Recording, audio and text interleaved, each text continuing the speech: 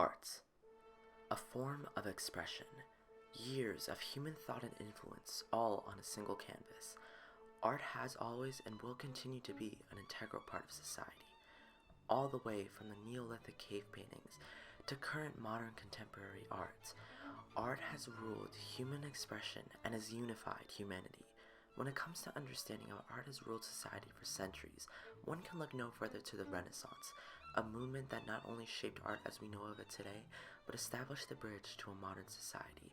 The French word meaning rebirth, the Renaissance is truly the revival of art. In other words, the resurrection of artistry.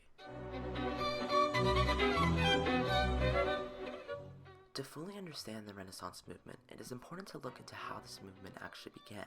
Towards the beginning of the 14th century, Europe was taken by storm due to the rise of an overarching philosophical practice, humanism. Humanism adopted ancient Greek and Roman thought, lessening the role of religious and secular thought and expression to more emphasis on dignity and individuality, facilitating the upsurge of realism. In Leon Battista Alberti's famous words, "Happiness cannot be gained without good works and just and righteous deeds." This also explains why art evolved from Gothic style and Byzantine style to paintings infused with humanist ideals.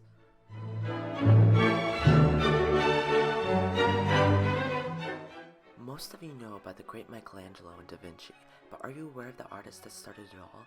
The pioneers of realism in art as we know it? Let's first begin with Cimabue, the acclaimed painter to veer away from Byzantine style. This is notable from one of his works titled Santa Croce Crucifixion, in which a minute detail can be noticed as the subject's skin, Christ, is painted in a more realistic, softer tone compared to other Byzantine paintings. Additionally, Cimabue is one of the first to introduce the technique of contrapposta, which focuses on more simple structure and realistic human anatomy, rather than linear styles that were popularized beforehand. Additionally, Brunelleschi is one of the most famous architects of this period, building the Santa Maria del Fiore dome located in Italy, an octagonal-shaped church that took lots of engineering, which also pioneered the linear perspective technique that is apparent in Renaissance art, especially in works of Raphael in the future, such as the School of Athens.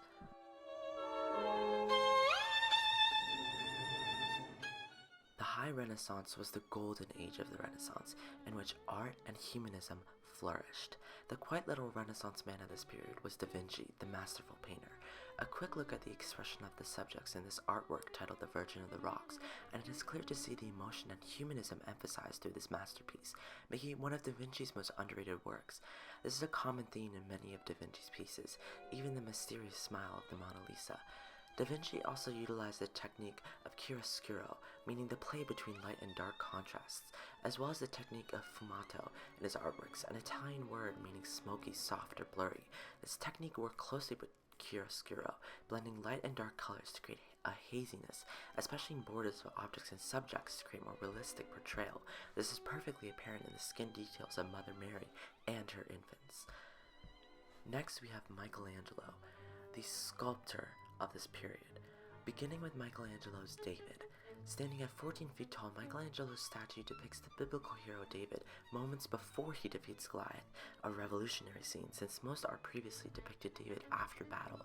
Michelangelo drew inspiration from traditional ancient Greek statues, as well as a deep understanding of human anatomy, seen in the contrapposta pose David holds, as one leg stands on his weight, almost a realistic expression of fear and hesitation. A key detail that is not normally recognized is the pulsing veins in David's hand, showing the pure attention to anatomy detail. And that was not the only masterpiece of Michelangelo's. Other sculptures like Madonna, Burgess, and Moses also showcase Michelangelo's impeccable skills in human anatomy, skills that influenced art forever. Next is Raphael, the master of frescoes. The School of Athens is truly a perfect example of his masterful skill set, as he utilizes techniques of bright colors and compositional elegance, influenced by the trends of high Renaissance art. Additionally, the entire scene of the painting blends ancient Greek architecture and scenes of philosophers like Plato and Aristotle, drawing inspiration from Michelangelo. Raphael's techniques are vibrant in his light color palette, as well as chiaroscuro techniques, meaning light and shade in paintings. Raphael also emphasizes linear perspective, with a large foreground perspective and almost slanted marble blocks that adds a sense of depth.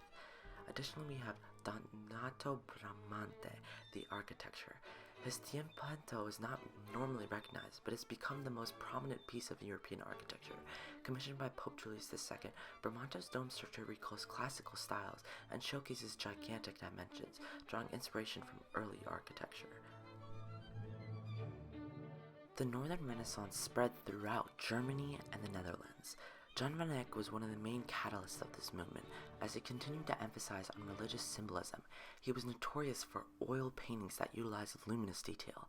For example, the Arnolfini portrait of the Italian merchant and his wife.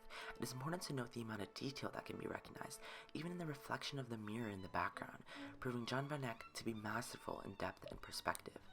Additionally, Caravaggio was a northern Italian painter and the master of light.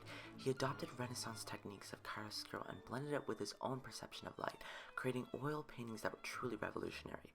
The most self-reflective and important works of Caravaggio's is The Calling of St. Matthew, which portrays a common biblical scene but in a whole new manner, with detailed human anatomy, facial expressions, and the golden contrasting light hitting the subject's face.